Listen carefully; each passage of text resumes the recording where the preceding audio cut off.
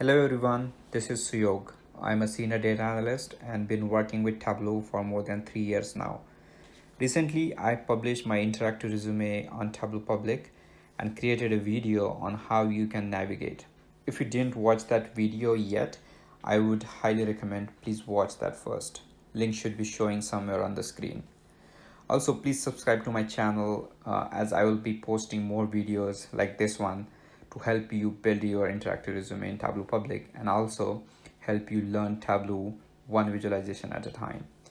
In this video, I will show you how you can download and install Tableau Public on your local machine and connect it to any Google Sheet on your Google Drive.